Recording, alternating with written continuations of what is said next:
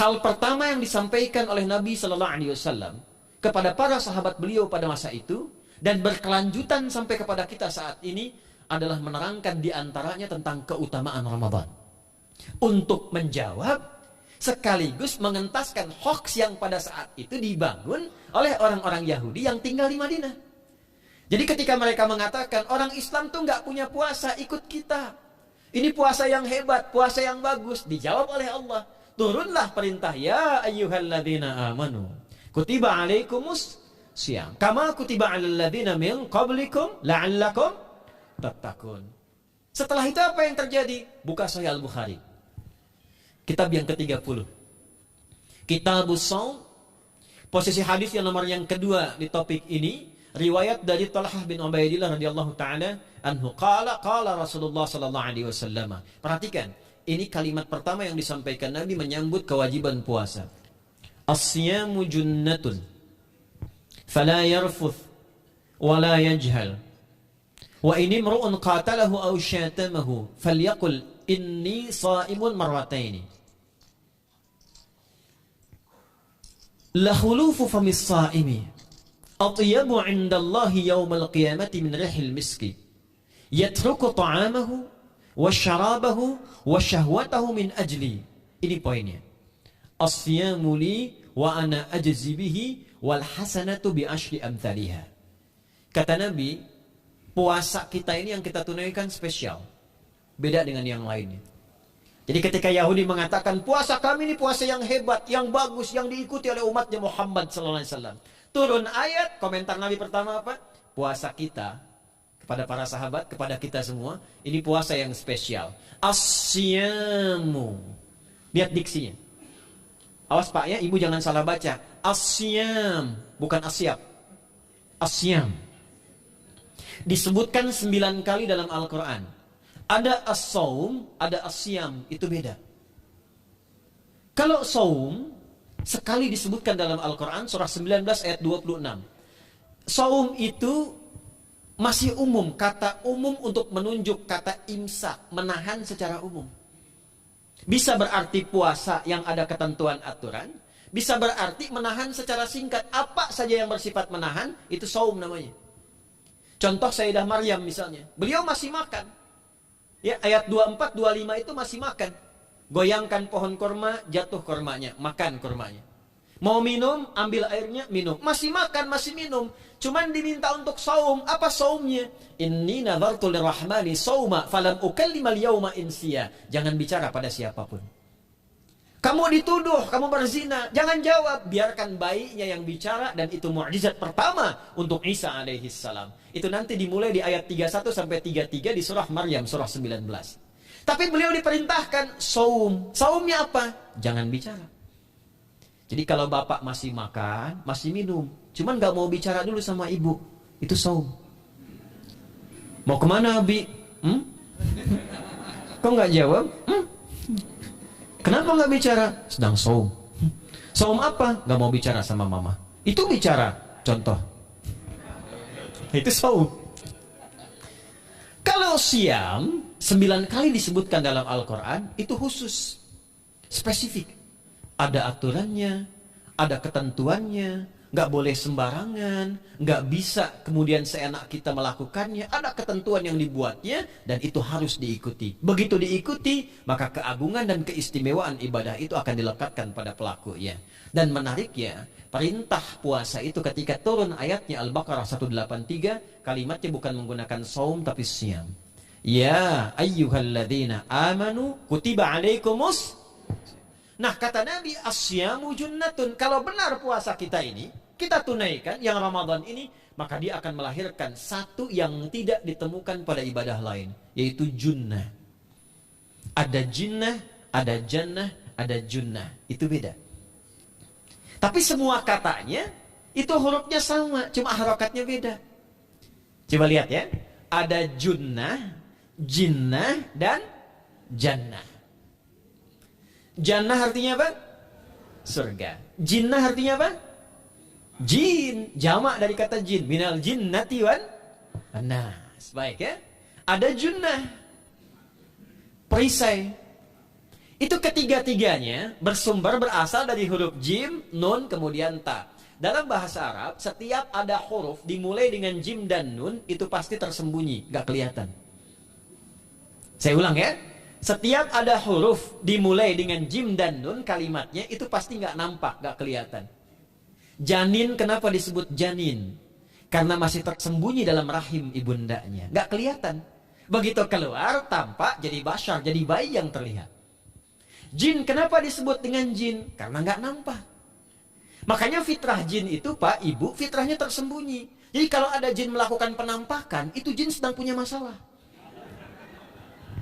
Betul, itu nyata. Dan yang lebih punya masalah, ada orang-orang manusia yang mencari-cari penampakan jin. Itu sedang kurang sehat itu. Ya, betul. Karena jin itu dipasangkan di Al-Quran dengan ins. 18 kali pasangan ini disebutkan. Itu lawannya langsung. Jadi jin tersembunyi, ins nampak. Ins itu kelihatan, makanya makhluknya tampak. Jadi kalau ibu ada bapaknya pulang ke rumah sembunyi-sembunyi, itu bapak sedang menjadi? Bukan.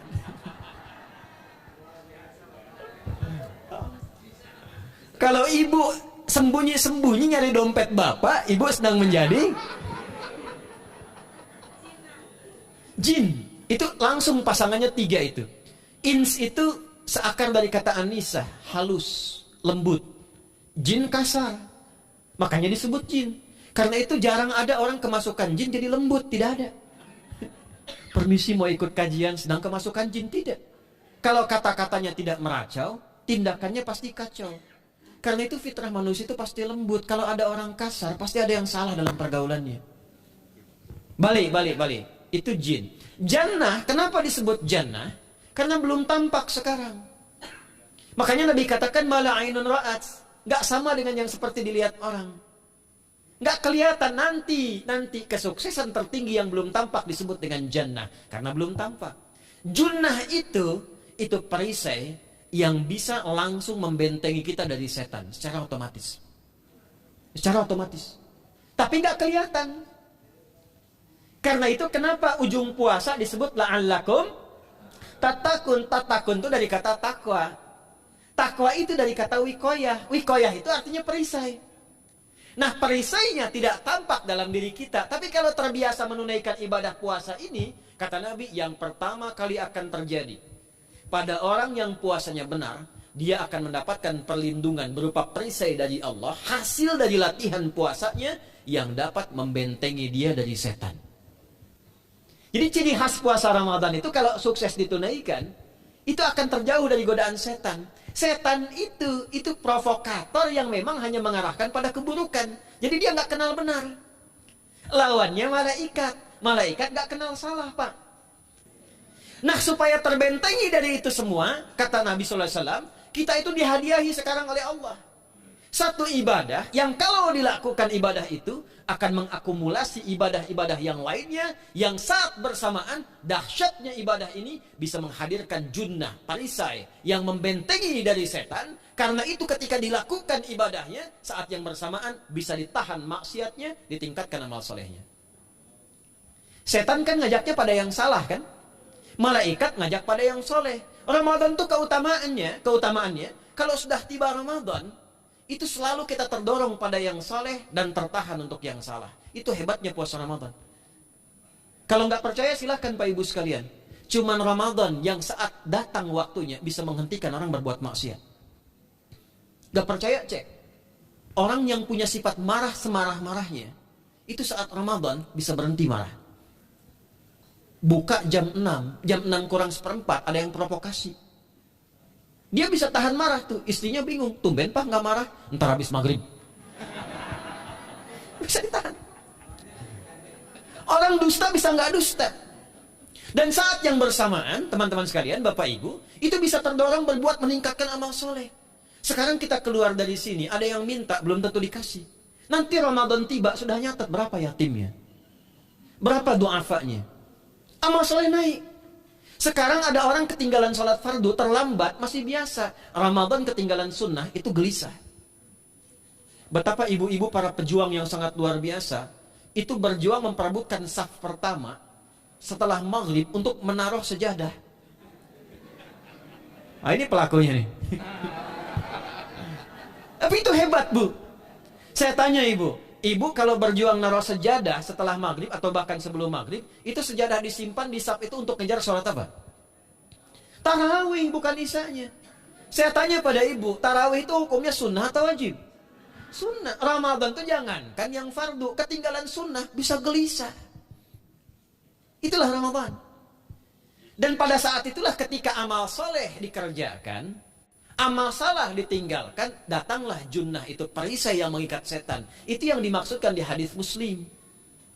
Di topik yang ke-13 namanya Kitabus Syiyam. Hadis yang pertama dari sahabat Abu Hurairah. An Abi Hurairah radhiyallahu ta'ala anhu, anin Nabi sallallahu alaihi wasallam qala, "Idza jaa Ramadhanu." Redaksi yang pertama. Redaksi yang kedua yang bintang 3 di bawahnya. "Idza kana Ramadhanu." Redaksi ketiga yang bintang 4 di bawahnya. "Idza dakhala Ramadhanu." Muhammadiyah itu harus tahu dalil. Ya. Tahu dalil tuh, ya. Idza jaa Ramadhanu, idza kana Ramadhanu, idza dakhala Ramadhanu, futtihat abwabul jannati aw abwabur rahmati. Wa ghulqat abwabun nari aw abwabu jahannam.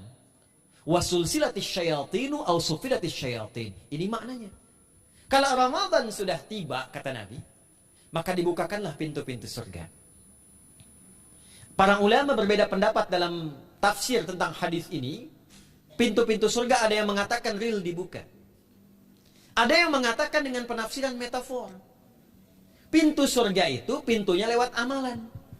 Ada 8 pintu surga kata Nabi dalam hadis yang lain, ya. Fil jannati thamaniyatu abwabin, fiha babun yusamma ar-rayyanu, la yadkhuluhu illa as-shaimun, fa idza dakhaluhu ughliqa. Di surga itu ada 8 pintu surga. 8 itu ternyata di hadis lain pintunya semua amal soleh.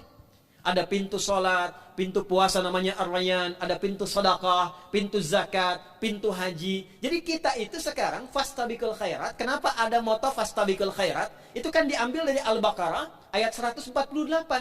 Siapa yang pengen memburu surga, buru di amalannya. Mungkin gak semuanya bisa dikerjakan. Kalau tidak semuanya, ambil salah satu yang paling disukai, konsisten di situ. Walikulli wijhatun huwa muwalliha. Setiap orang pasti punya kecenderungan untuk beramal. Ada yang senang puasa, ada yang senang tahajud, ada yang senang sedekah. Fastabiqul khairat, silahkan berburu, berlomba untuk mengerjakan apa yang disenangi itu. Itulah pintu surganya. Nah, saat Ramadan, semua pintu surga itu dibuka, Pak. Makanya kita senang kerjakan, sholatnya meningkat, sedekah meningkat, ngaji Quran meningkat. Saat yang bersamaan pintu neraka ditutup. Ada berapa pintu neraka? Ada berapa? Kalau pintu surga berapa tadi? 8. Hadisnya jelas, sahih dalilnya. Pintu neraka berapa? Bukan. Pilih. 6 atau 8? Yang 6 angkat tangan. Bukan 6, bukan 8, 7. Dalilnya apa? Dalilnya Quran surah Al-Hijr, surah ke-15. Ayat ke-44. Surah ke-15 Al-Hijr ayat ke-44. Neraka ada 7 pintu. Dan dalam setiap pintunya nanti ada 19 malaikat yang menjaga. Alaiha tis'ata asyar. 7 pintu ini khusus Ramadan ditutup. Dan hati-hati, nama neraka itu ada 2 nanti. Neraka yang membakar, ini mungkin jadi baru informasinya bagi sementara orang. Neraka yang membakar dan neraka yang membekukan. Jadi ada 2 sifat. Saya ulang ya, neraka yang membakar dan neraka yang membekukan. Yang membakar disebut dengan Jahannam, yang membekukan disebut dengan Zamharir namanya. Zamharir. Jadi kalau ada orang masuk neraka, itu cuma 2 pilihannya, dibekukan atau dibakar. Jelas ya? Makanya kita dikasih pendahuluan, ada musim panas, musim dingin. Supaya merasakan, nih orang musim dingin nih pakai lapisan-lapisan baju. Musim panas cari pendingin. Kamu sekarang cari pendingin, kata Allah, di neraka nggak ada AC. Kamu sekarang pakai berlapis-lapis, di neraka beku. Jahannam itu nama apinya. Jadi nar yang membakar itu nama apinya Jahannam. Jahannam itu nama apinya. Untuk membedakan dengan api yang ada di dunia dan api yang bahan bakarnya jin dan setan saat diciptakan. Setan itu dicipta dari api. Ya, setan kan asalnya dari iblis. Iblis dari jin. Setan Al-Baqarah ayat 36. Dari iblis Al-Baqarah 34. Iblis dari jin, Quran surah Al-Kahf ayat 50. Kana minal jinni fa fasaqa an amri rabbi. Jin dari api yang menyambar-nyambar, Quran surah 15 ayat 27. Wal janna khalaqnahu min naris samum. Karena narnya narus samum, maka apinya mesti beda. Karena itulah nanti nerakanya yang membakar disebut dengan Jahannam. Pintunya 7, namanya banyak. Ada sa'ir, ada lava, ada neraka hutamah. 7 pintu. Besarnya disebut dengan Jahannam. Khusus Ramadan tutup. Ramadan tutup. Wasulsilati syayatin. Setan itu dibelenggu, diikat rapat. Bagi orang yang mau puasa, benar. Awas hati-hati. Bagi orang yang mau puasa, benar. Karena itu kalimatnya asyamu junnatun. Kalau benar puasanya, metafornya amalan dia bisa mengikat setan. Tapi kalau puasanya nggak benar, tetap digoda juga. Makanya jangan heran, walaupun Ramadan tetap kotak infak ada yang hilang. Sendal ada yang hilang. Karena puasanya bukan siam, puasanya saum. Sedangkan diksi Nabi yang mengatakan asyamu junnatun. Puasanya yang harus benar. Nanti kita belajar fikih setelah itu. Saya ingin pendahuluan dulu ya. Setelah itu apa yang kata Nabi katakan? Ini masih mukadimah ya kita ya. Ini luar biasa nih. Ya. Jadi keutamaan Ramadan itu dahsyatnya dengan puasa biasa. Kata Nabi, kalau orang benar puasanya, bebas dia dari setan. Bukan nggak digoda, Allah kasih benteng sehingga setan nggak tembus kepada dia. Itu satu. Itu keutamaan Ramadan. 2, teruskan dulu langsung ke ujung hadisnya saja ya. Kalau yang tadi nanti latihannya fala yarfus fala yajal itu latihan. Yang kedua, Allah langsung yang mengatakan dalam hadis qudsinya. Asyamu li wa ana ajzi bihi. Khusus Ramadan, kalau ditunaikan dengan benar, maka semua yang puasa itu aku langsung yang memberikan takaran pahalanya. Sekarang kita hitung-hitungan dikit ya. Bapak Ibu kan senang hitung. Tadi bangun aja kan dihitung kan? Ya, dapatnya sekian, berkurangnya sekian, ya usahanya sekian. Sekarang kita ngitung pahala nih. Ada rumus hitung pahala dalam Al-Quran. Ya, saya tanya sebentar. Kalau satu kita kerjakan ibadah, pahalanya berapa? 10. Dalil. Apa dalilnya? Quran surah ke-6 ayat 160. Man jaa'a baik bil hasanati falahu asyru amthaliha. Siapa yang melakukan satu perbuatan hasanah. Hasanah itu perbuatan baik yang bernilai pahala. Itu hasanah namanya. Pahalanya disebut ajrun namanya. Lahum ajrun ghairu mamnun. Jadi perbuatan baik yang bernilai pahala disebut apa? Hasanah. Ya, eksekusinya, implementasinya disebut amal soleh. Pahalanya, hitungannya disebut ajrun namanya. Jamaknya disebut dengan ujur. Di setiap poinnya disebut dengan ajrun namanya. Nah, orang yang mengerjakan perbuatan baik, berpotensi punya nilai pahala, itu setiap perbuatan baiknya 10 kebaikan. Contoh kita sholat nih, sehari berapa waktu? 5. Berapa rakaat? 17. Al-Fatihahnya 18 atau 19 kali? 17 kali ya. Kalau 18 kali berarti subuhnya 3 rakaat. Nah, itu kan kalau kita buka hadis Muslim, nomor hadis 162, saat Nabi dalam peristiwa setelah Isra itu, ke Masjidil Aqsa, kemudian araja bina Jibril alaihissalam. Mi'raj naik ke Sidratul Muntaha. Sidratul Muntahanya ada di surah An-Najm dari ayat 1 sampai 18-nya. Itu ketika menerima perintah sholat, pertama kali kan bukan 5, tapi 50. Turunkan Nabi kemudian ke langit ke-7, ketemu Nabi Ibrahim, sedang senderan di Baitul Ma'mur, punggungnya senderan. Itu ada kisahnya di hadis Muslim, nomor hadis 162. Kemudian turun lagi ke Nabi Musa. Nabi Musa itu kan tipikalnya senang. Yang pertama agak temperamen, yang kedua itu senang mengomunikasikan sesuatu. Makanya ketika dengan Khidir alaihi salam itu senang, ya, kritisnya itu muncul kepada Nabi Muhammad ketika turun dari Sidratul Muntaha ke langit yang ke-6 itu ketemu Nabi Musa, ditanya, Muhammad SAW dapat apa tadi? Sholat. Berapa waktu? 50. Kamu tahu nggak? Umat saya itu kekar-kekar besar-besar. Segitu aja nggak kuat, apalagi umat kamu. Yang kayak kita sekarang nih. Minta lagi diskon sama Allah katanya. Naik tuh, minta lagi. Singkatnya 9 kali naik. Setiap naik dikurangi 5. 9 kali 5 berapa? 45. 50 kurangi 45 berapa? 5. Turunlah 5. Sampai 5 pun Nabi Musa masih komennya begini, minta lagi aja diskon. Kata Nabi, saya kurang enak lah, malu saya. Sudah diberikan yang paling pokok 5. Dan itu pun belum selesai. Dengan senyumnya kemudian, lihat ini indahnya. Setiap 5 itu Allah menetapkan, setiap satunya punya 10 nilai. Jadi kalau kita kerjakan 5 waktu, dikali 10 berapa? 50. Itulah dahsyatnya umat Nabi Muhammad karena keutamaan nabinya. Walaupun 5, nilainya tetap setara dengan yang umat Nabi Musa 50 kali. Karena itu keutamaan Nabi Muhammad itu sangat luar biasa. Sampai nanti dipuji oleh begitu tinggi. Sifatnya, rasanya di ujung surah At-Taubah itu. Akhlaknya di surah Al-Qalam itu. Dan karena kemuliaan ini kita dapat barakahnya. Percikan keberkahannya. Apa itu? Ketika Ramadan yang puasa-puasa lain standar. Puasanya umat Muhammad SAW, setiap puasanya itu pahalanya dilipat gandakan tak terbatas. Allah langsung menilai keikhlasan pada hambanya. Paling minimal kalikan 10 kali lipat lagi dari hari biasa. Wal hasanatu bi asyri amthaliha. Jadi kalau sekarang baca Quran sekarang nih, satu hurufnya berapa? Tahu dari mana? Ya, di At-Tirmidzi nomor hadis 2910. Man qara'a harfan min kitabillahi falahu asyru hasanat.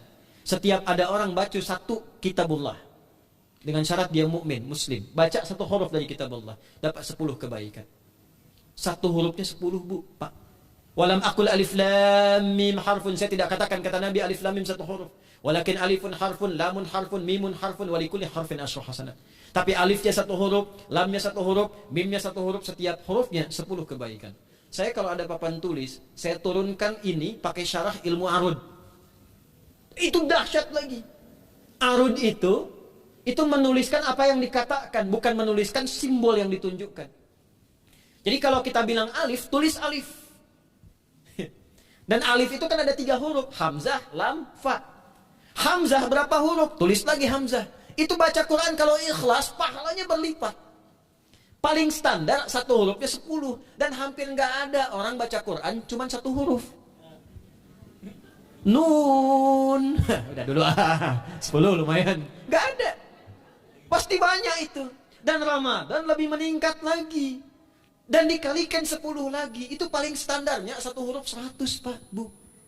Makanya Ramadan itu limpahan pahala. Rugi orang kalau nggak ibadah saat Ramadan itu. Nabi aja itu tadarusan Quran sekali khatam. Saat tahun meninggalnya 2 kali khatam. Untuk ngejar kemuliaan-kemuliaan contoh bagi kita. Itu Ramadan. Jadi ini yang pertama menjadikan kita mesti sadar. Ramadan beda dengan bulan biasa. Maka disampaikan oleh Nabi yang pertama ada pelipat gandaan pahala. Yang kedua ada perisai yang bisa menjauhkan kita dari setan. Yang ketiga, saya tutup mukadimahnya. Yang ketiga, hanya Ramadan yang siang malam melahirkan ampunan Allah Subhanahu wa taala. Siang malam. Kita kalau mau nyari ampunan, itu bisa kapanpun minta ampun. Tapi ada waktu-waktu yang sangat strategis dan tempat-tempat yang sangat efektif mempercepat mengabulkan doa. Contoh waktu misal sepertiga malam. Itu cepat terkabul doa, hadisnya qudsi. Di antara azan dan iqamah. Waktu singkat di waktu Jumat, ada yang menafsirkan antara duduk khutbah, dia 1 dan 2, ada yang menafsirkan waktu asar menjelang ke maghrib.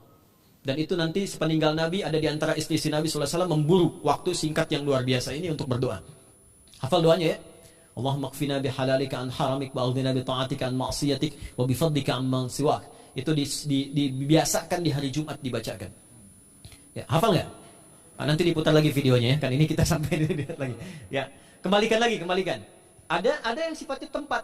Mihrab. Mihrab itu mustajab. Makanya kenapa imam itu di mihrab? Karena mewakili makmum untuk berdoa. Karena itu pilih imam yang betul-betul paham fikih salat.